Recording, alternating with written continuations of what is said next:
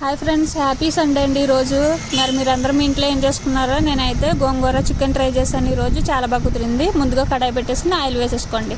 అందులోని పచ్చిమిర్చి, కరివేపాకు, ఎండుమిరపకాయలు కూడా కట్ చేసి వేసుకుని చిటపట్లు ఆడించుకోండి. చిటపట్లు ఆడేసిన తర్వాత ఆనియన్స్ వేసేసుకుందాం. ఆనియన్స్ వేసుకున్నాక ఒకసారి కలిపేసుకుందామండి.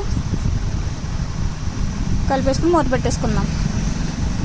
మూత పెట్టేసిన తర్వాత దానికి సరిపడినంత సాల్ట్ కూడా వేసేసుకోండి. కొంచెం పసుపు, సాల్ట్ వేసేసుకుంటే తొందరగా ఉల్లిపాయ మగ్గిపోతుంది కదా, అందుకని ఒకసారి కలిపేసుకుని మూత తీసిన తర్వాత అల్లం వెల్లిపాయ పేస్ట్ కూడా వేసుకుని కలిపేసుకుందాం. అల్లం వెల్లిపాయ పేస్ట్ కూడా మగ్గిన తర్వాత టమాటో వేసుకోండి. ఒక టమాటో మొత్తం పడుతుంది. టమాటో వేసుకుని అది కూడా మగ్గనిచ్చేద్దాం.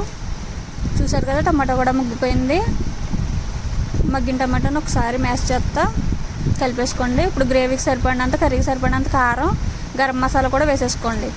గరం మసాలా, చికెన్ మసాలా ఏదైనా వేసుకోవచ్చు, హోమ్ మేడ్ మసాలా అయినా సరే. కలిపేసుకున్న తర్వాత అది మగ్గిపోయింది కదండి, అందులో నీట్గా కడిగి పెట్టుకున్న గోంగూర కూడా వేసేసుకోండి. నేనైతే పుల్ల గోంగూర తీసుకున్నాను.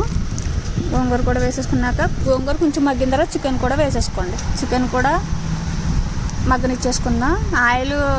ఆయిల్ ఎక్కువే పడుతుందండి దీనికి. అదొకటి, చికెన్లోంచి వాటర్ వచ్చేస్తుంది కాబట్టి కొంచెమే వాటర్ వేసుకోండి. వాటర్ వేసి మిస్ అయింది నాకు. చూసారు కదా, మూత తీసి అప్పుడప్పుడు ఒకసారి కలుపుకుంటూ ఉండండి. ఎందుకంటే ఫస్ట్నే మనం మసాలాలు వేసేస్తాం కాబట్టి కింద అడుగంటేస్తుంది. అడుగంటకుండా ఒక్కోసారి మూత తీసి కలుపుతూ ఉండండి.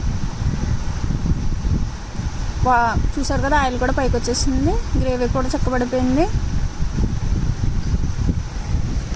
గోంగూర చికెన్ రెడీ అయిపోయిందండి. నచ్చితే లైక్ అండ్ సబ్స్క్రైబ్ అండి. థ్యాంక్ యూ అండి.